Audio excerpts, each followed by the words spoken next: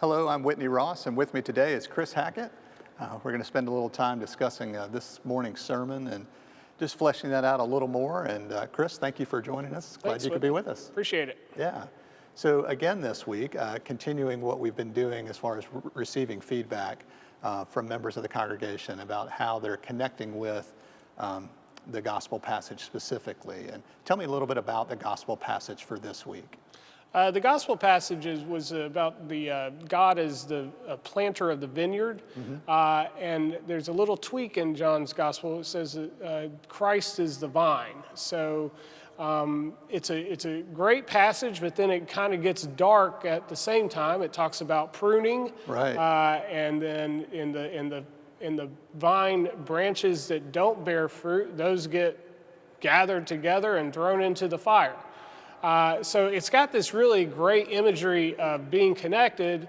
At the same time, it's got some harder stuff that people kind of need to unpack a little bit before I think it can actually mean something kind of nice for them. Otherwise, it could be pretty painful. Yeah, it's an interesting balance. Yeah. Where there's some hope, and then there's also some things that make you just go, well. Yeah, maybe a little retribution or vengeance and stuff like that. So yeah, you got to work on it. So with the feedback that you received, how did people manage that tension, or what did you hear from them? Well, no one went with, there was only one response about pruning.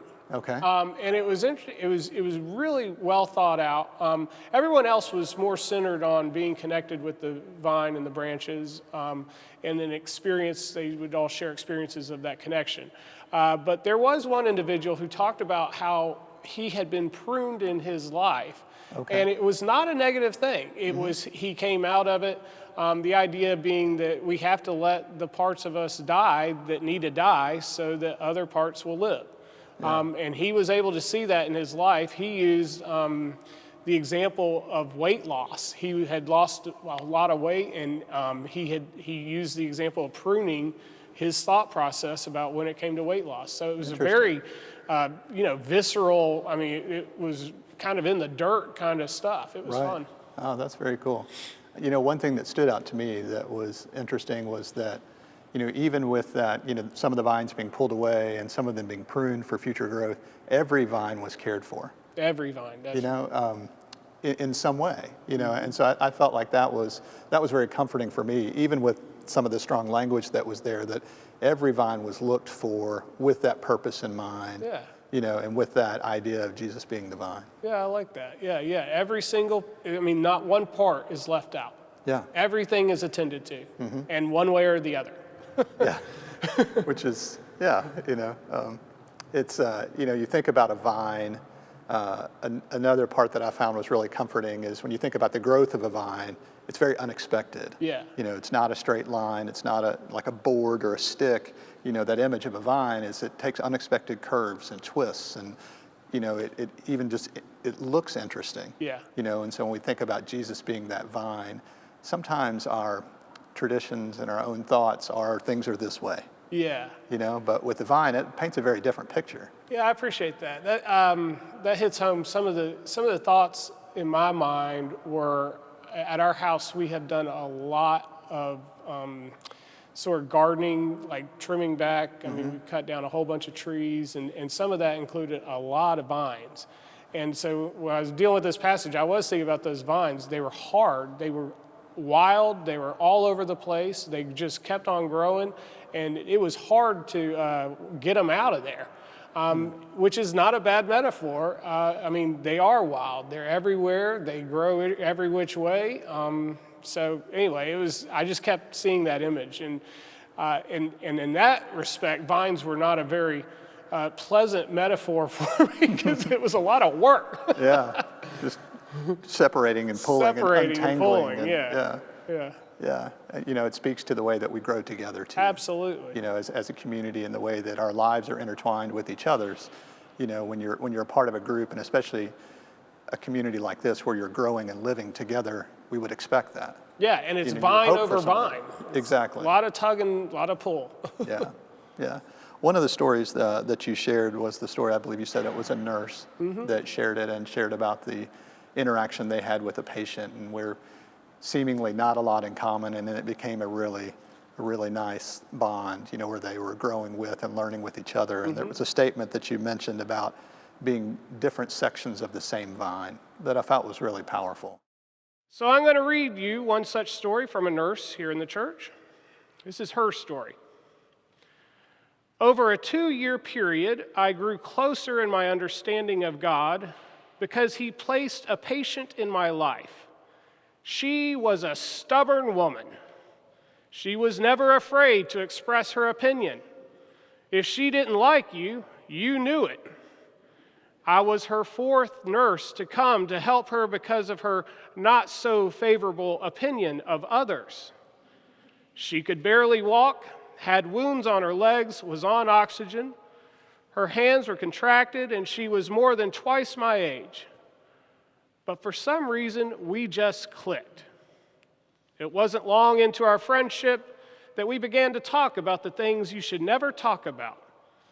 You guessed it, religion and politics. We had very different opinions on most matters, which in this case was a blessing.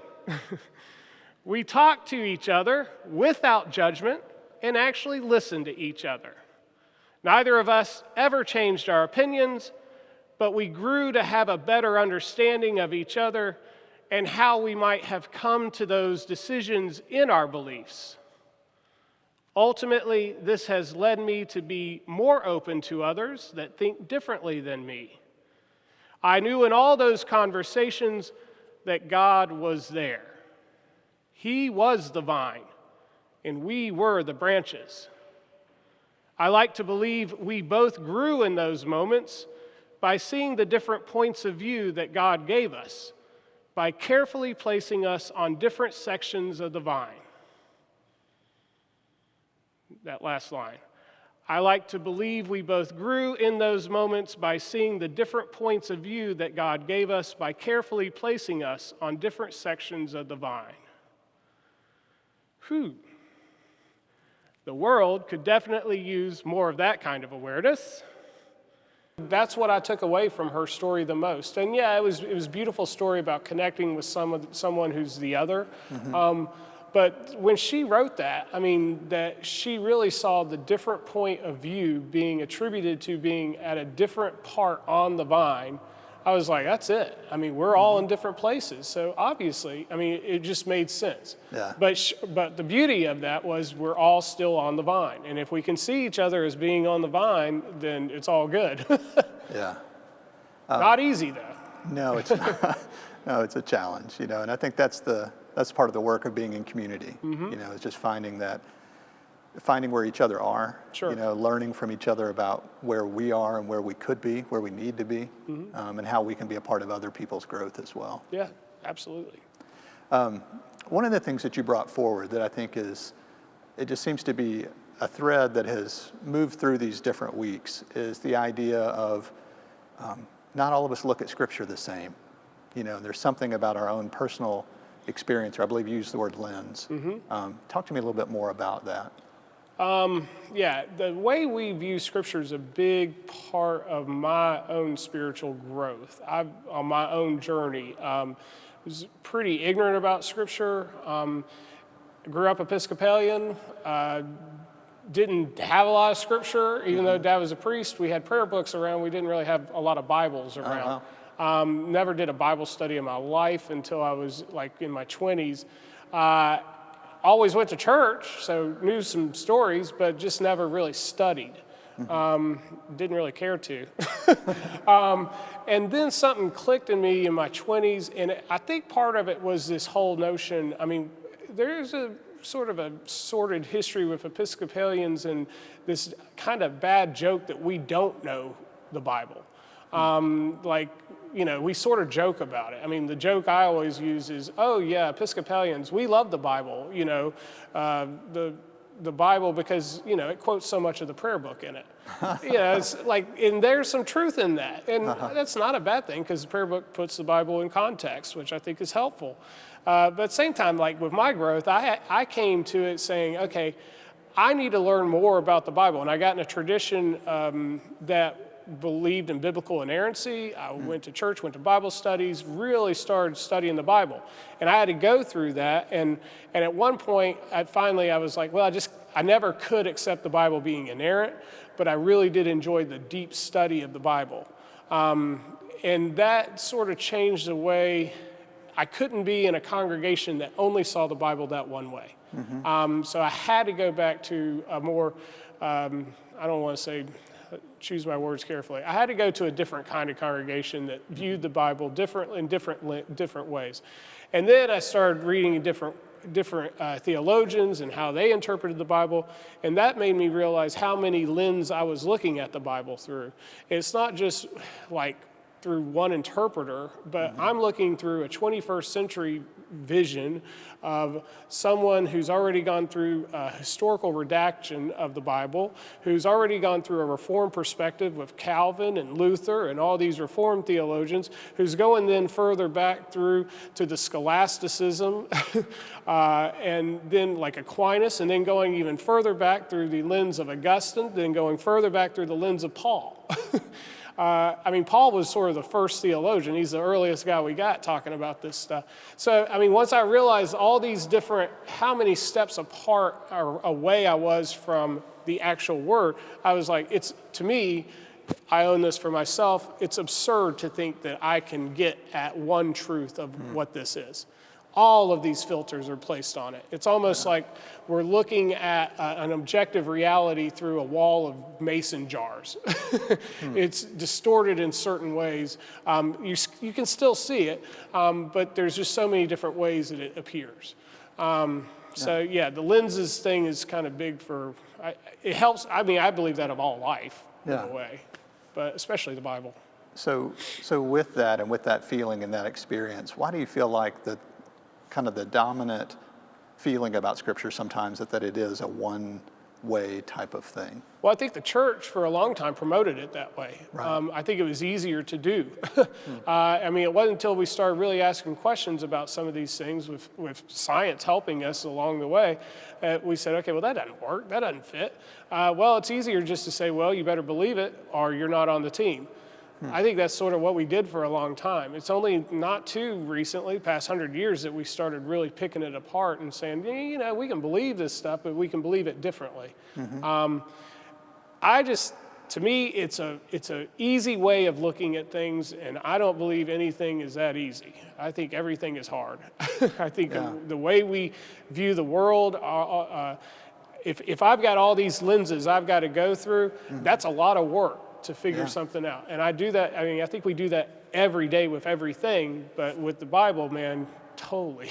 Yeah, and I think of, when I think of my own journey with it, I think of seasons too. Yeah. Because there've been times where I've interacted with a passage and then some years later the same passage, but it doesn't feel like the same passage anymore because I'm somewhere else. That's right. Or I'm on a different journey, or I've had an experience that's caused me to totally understand that in a different way. Absolutely. I experience that completely all the time. And we preach on the same text, every 3 years. And you're not going to hear the same sermon. It's different every time because you're different. Yeah. And I think that speaks to the richness of the stories that have been submitted coming back and people's reaction, and you mentioned, that people with this scripture tend to really focus on the hopeful and the helpful. Yeah, and I was trying to one of the points I was trying to get across, I don't know if I did a good job of it, is that when we view Scripture through the lens of a loving God, I think that's what we are wanting to do. I think that's what we need to do. But there's always this other narrative that's going on that we need to read it a certain way that isn't so helpful and isn't so hopeful. In fact, it's harmful and it's hurt a lot of people. So I really was just trying to say, so everybody has their own experience that we bring to it, but when we read it through the experience of our unity with God, when if we can articulate a moment in our life when we have really felt close to God and a part of God, at one with God, and hopefully people have experienced that. Most people I talk to say, yes, I have. I have met one person that said, I don't know what you're talking about. Cool. We'll work on that because I think you have, and you don't know how to interpret that. Yeah. But man, if we can read the Scripture through that lens, a lot of the stuff that we struggle with Scripture, it kind of goes away. And I think when we hear those stories of others, it helps us think about our own experiences too. Yes. With the idea of, okay, maybe I wouldn't have labeled it that way, but when I hear someone else with a similar experience, maybe I need to rethink about that. Yeah. Maybe that was a time when I was connected with God in a unique way. Absolutely. All the stories were so different about the situation. I mean, one was about being in a church and looking up, and there was a plaque in honor of her mother. Mm-hmm. And she was just visiting this church, had no idea her mother had ever been there, and immediately she felt the presence of her deceased mother around her and in union with God. You know, I mean, you had something like that. And then you have another story was about diving, where he went down and he felt at one with everything under the water, which I used to scuba dive, and I totally get where he's going with that. It is a mystical place. And so you're down there, everything is together, you're even united, you feel union because of the water. I mean, everything's tangible. And then what was beautiful about his story is he got out of the boat and looked at the reflection of himself and said, and there I saw God too. And I was like, dude, I mean, that'll preach. Wow. Yeah, and there's something about being in the water and being suspended. Yes. You know, I mean, you're kind of, totally. You're in that flow. I mean, you don't have as much control over your direction and your movement, you know, and so it's an interesting sensation. Water means a lot. One of my favorite personal stories about being in the water is just, I mean, you feel so connected because your feet are grounded in the sand, yet you feel the water all around you, and maybe your head's up in the sky. You got everything going. You got water, earth, air, everything going at once, and man, you're in it all. I mean, I love the beach. Yeah, absolutely. That's great. I want to close with one final image that you brought into this, and it's the idea of participating with God in the growing of the garden. Share with me a little more about what does that mean? Well, so for me, I'm sort of working on that. So I'll give you a basic idea, and maybe another time we can go deeper with it, because participation with God in the creative process, I'm big on this idea that we are granted this freedom, free will, and that God really just derives a lot of pleasure in freedom. And it's so important to God that God bestowed freedom to us in this free will. And something is tied up with that freedom. The creative process is tied inextricably with that freedom. It's only through our freedom that we can be creative. So when I say we're participating with God, I would say that it's participating in his co-creative force, that we become co-creators with God. And it has something to do with our freedom that he's bestowed upon us, but it's us working with God and together to bring about something new all the time. I mean, every moment is new. We're in every moment, therefore we are new every moment. And God is with us in that, so there is a creative force just by being alive. So, I mean, I don't know how else to articulate. Like I said, I'm still working this one out, but there's something with the life force in us is intrinsically creative. Yeah. Always growing, always participating in the Godhead. So. Yeah, and what a message of hope to think about that ever new, that ever growing. Ever new. Especially for those that are in a time when they feel like things aren't moving. Yeah.